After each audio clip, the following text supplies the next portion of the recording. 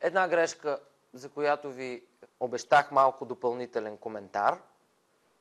Всички вие безпроблемно я откривате в писмен текст. В устен обаче, ето тези глаголи влияят върху тези.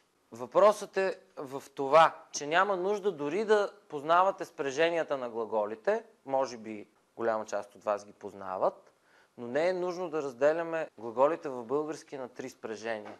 Достатъчно е да ги разделим на 2 групи. И това са ето тези групи, които в първо лице единствено число не завършват на м и тези, които в първо лице единствено число завършват на м.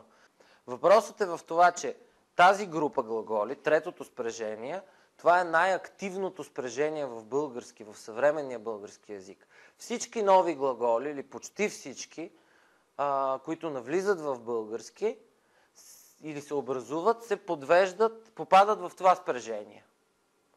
И като най-активно, то започва да влияе върху другите две, т.е. върху тази група. Затова грешката е в тази посока, а не обратно.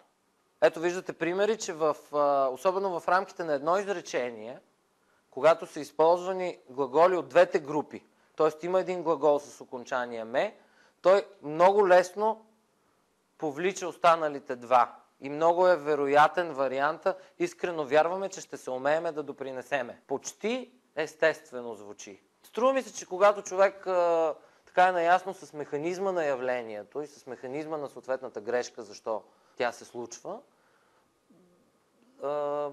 ще бъде още по-сигурен в изказа си и в писмения си изказ, разбира се, който определено поражда по-малко проблеми във връзка с това правило. Нарушенията са основно в устната реч. Обърнете внимание, включително и в много официални ситуации ще чуете окончание ме там, където то не е необходимо.